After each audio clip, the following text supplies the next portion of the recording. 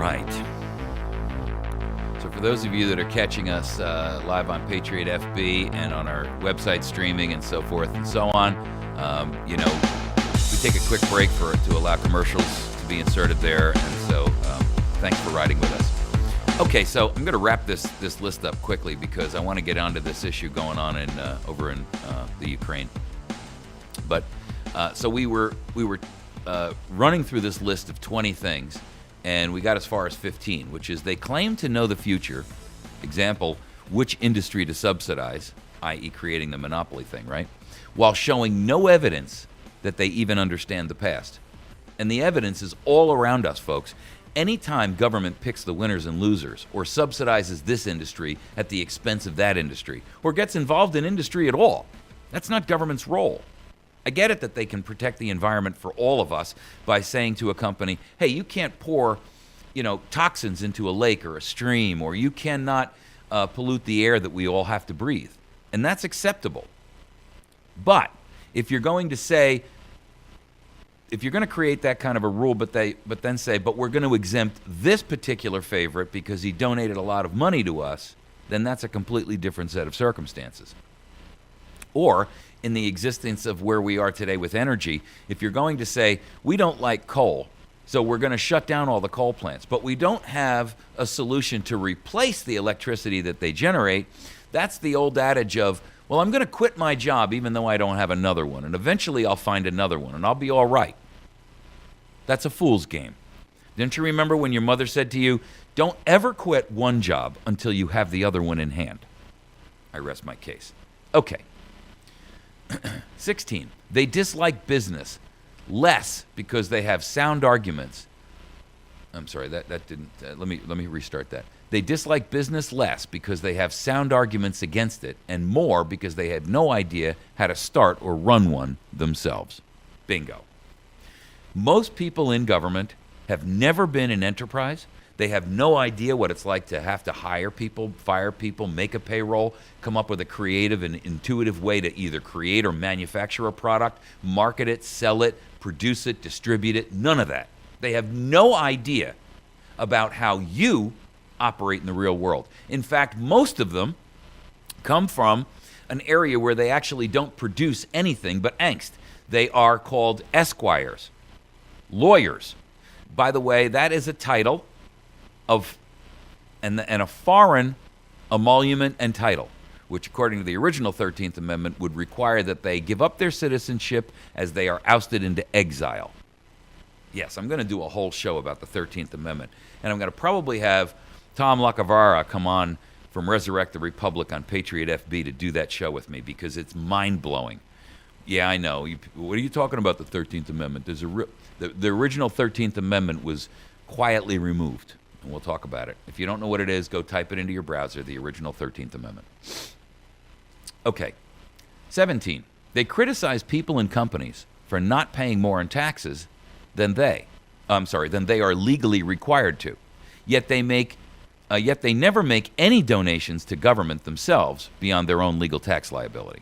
And that is the absolute truth. Here they scream and yell about how the wealthy should contribute more. Well, with all due respect, they are the wealthy, and they never write their own check unless it's to a politician and there's something in it for them.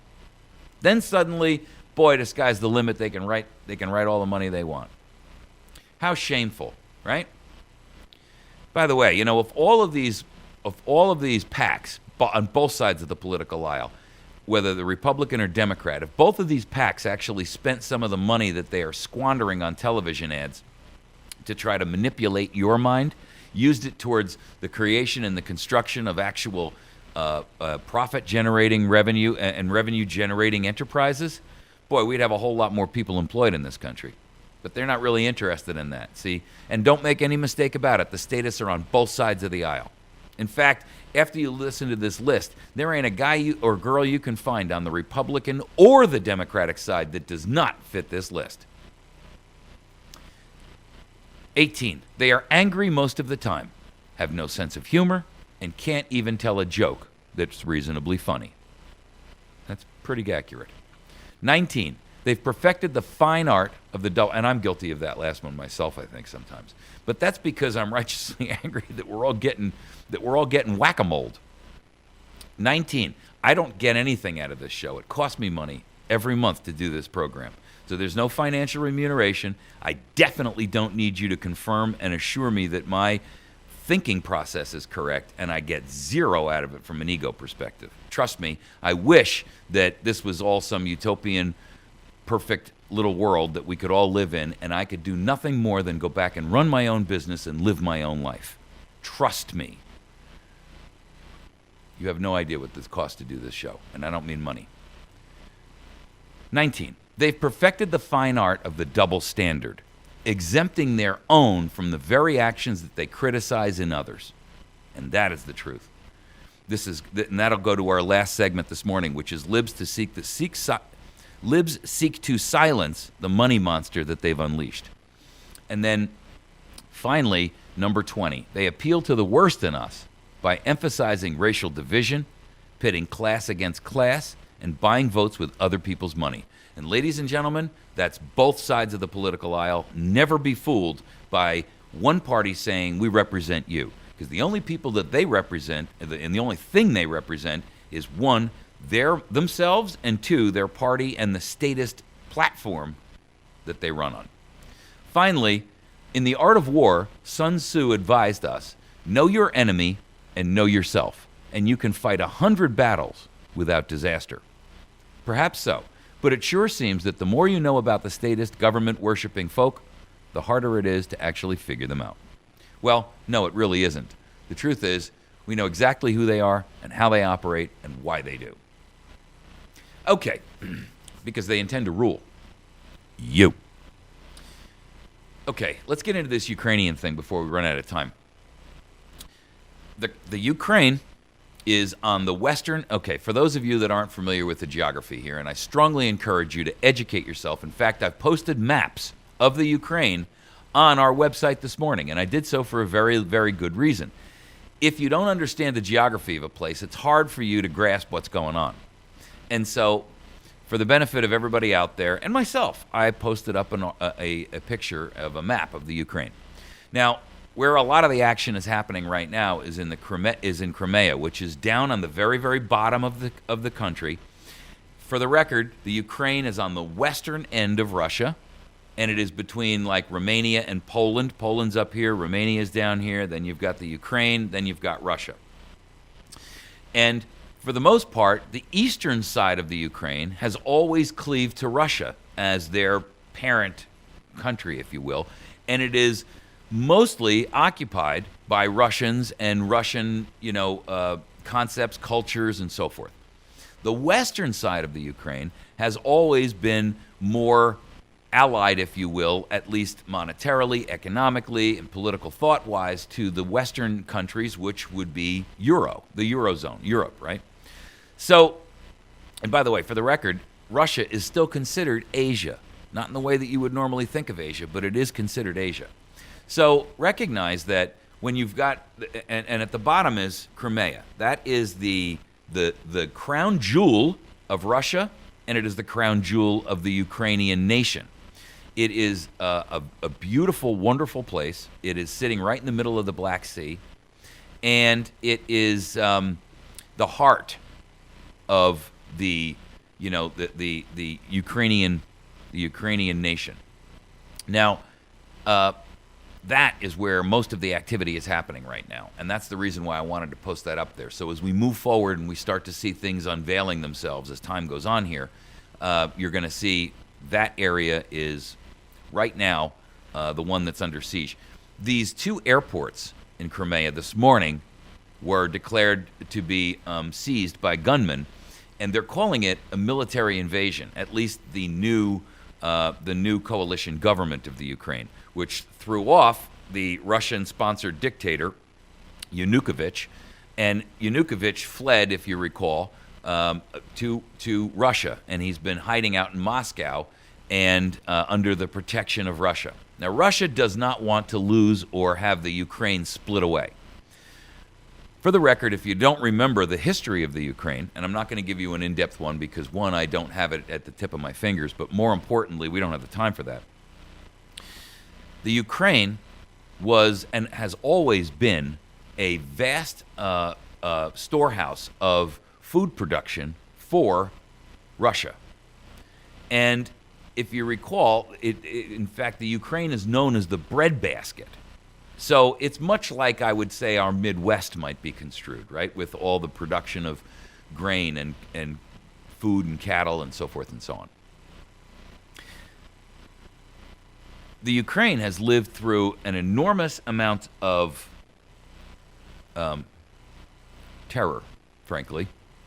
During Stalin's reign, he starved the Ukrainians, killed them off in the millions, and I'm talking like 40 million Ukrainians murdered, starved to death in the midst of plenty by the Russians. So there's some animosity there. Secondarily, there's a whole lot of ethnic things going on in the Ukraine that are divisions, if you will, and separations amongst the Ukrainian people. And when I say ethnic, I'm talking about there are quite a few. There's a whole Muslim contingent. There are a lot of ethnic Russians who live in the Ukraine. And then the further west you go, the more allied they consider themselves to be with Romania or Poland or Yugoslavia and so forth and so on. So the idea that there are ethnic challenges, there are economic issues, there are political and nationalistic issues. Right now, the government that has taken over from Yanukovych, they have declared that their intention is to keep the Ukraine together, that they don't want to see the country split.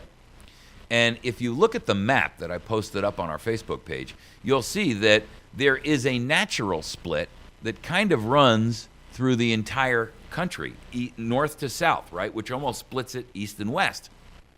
And obviously that would be the division line, right? And Kiev is right on that river, and it's up in the northern portion of the country. That's the capital. That's where all of this stuff originally kind of, grew, if you will.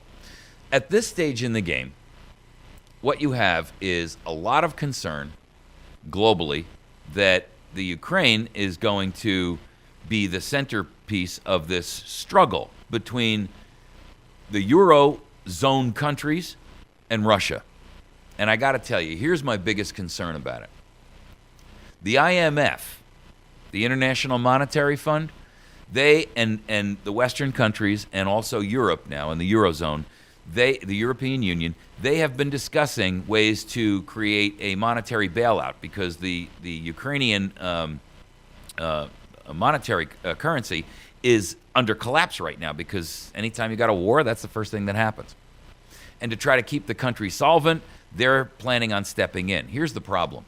Anytime the European Union, the IMF, and the United States get together and configure on how that they're going to utilize central banking and federal central banking to bail a country out, they end up raping and pillaging it, at least fiscally. And that's my greatest fear, that they're going to, basically they're licking their chops here, thinking of how they can profit from the disaster. And remember that statists have absolutely no consideration or care or concern for people, nor do they really respect borders, national sovereignty. They don't care about any of that. All they're interested in is power. Power. No, it's not money. I'm sorry to disagree with you, and I'm going to tell you why. Power brings money. No matter how much money you have, you cannot buy power. I give you a guy like Soros, Trump. Those guys can command a lot of things, but they cannot buy a dictatorial control of a government. They can buy, and they can buy influence, but the real power is those people who control the monetary systems and the production and the GDPs of those countries. Because with that, the food supplies and all the rest of that, with that power, they can make those people within that nation do anything. They can manipulate them to accomplish anything. And with that power comes what? Money. That's the truth. If you have a lot of money and you're stepping into politics, you're limited. If you're in politics and you don't have a lot of money and you spend enough time in politics, you'll have power and money. The IMF, and the CFR and the Federal Reserve and the global central banking organizations are sitting here licking their chops. There's also a certain level of in-your-face, poke you in the eye with the NATO aspects and the political alignment of the Ukraine with NATO and the European Union.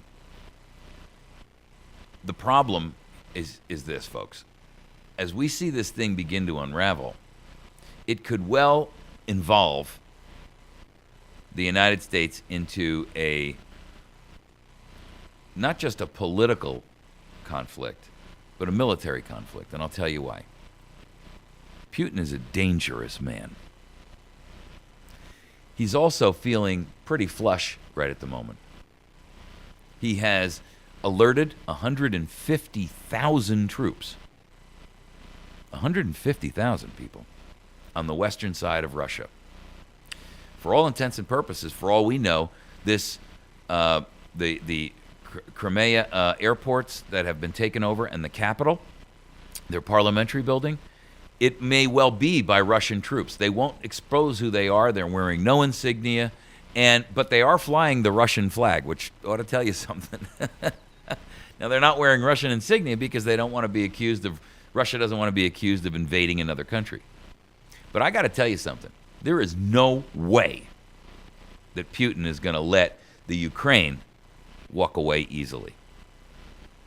And he is a dangerous, dangerous man. And he's a dangerous man not just because he has the power of the Russian military and the Russian economy behind him.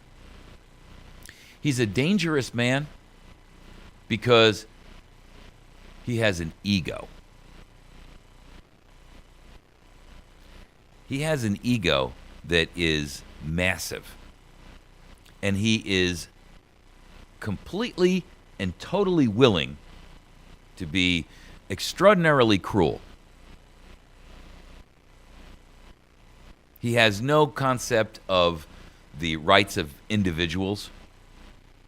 And irrespective of those people that think he's, some wonderful person, I got to tell you, this is a guy who came from the KGB, and he is what you or I would look upon as a thug in a suit. So, a guy who's got that kind of power and has got a chip on his shoulder and a megomaniacal self-view is a dangerous man. The other side of this thing is, on an economic forum, he's not going to let it go because some of the assets that are in the Ukraine, are the natural resources, are extremely vital to Russia and its survival, and they also happen to have and be the pathway that a lot of the natural gas pipelines, here comes the economics, the natural gas pipelines that run through the Ukraine to Russia. Now, it's interesting. When I was a kid in school, one of the ways in which I had a teacher who was a history teacher, I was probably in 7th or 8th grade, and he had actually lived in Russia for a number of years. And at that time, we were still in the Cold War, so it was becoming apparent that Russia was coming apart at the seams, but we were still in it. And I had always had an interest in it, and I'm not sure why, but I always had an interest in that. And so I had a number of discussions with him about it.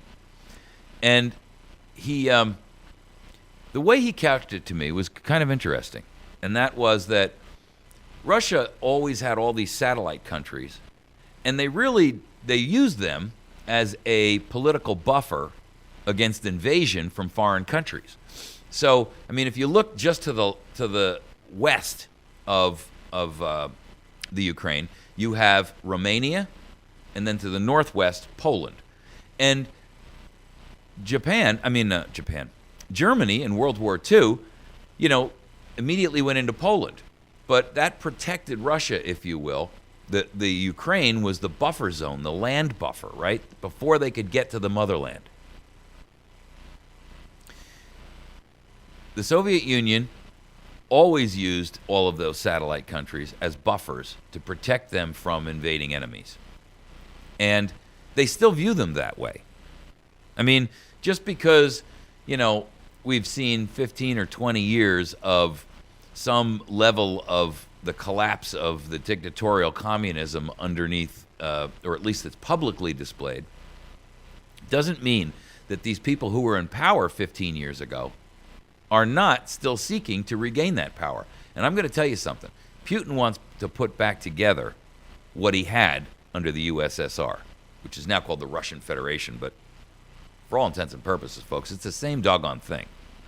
He wants that back.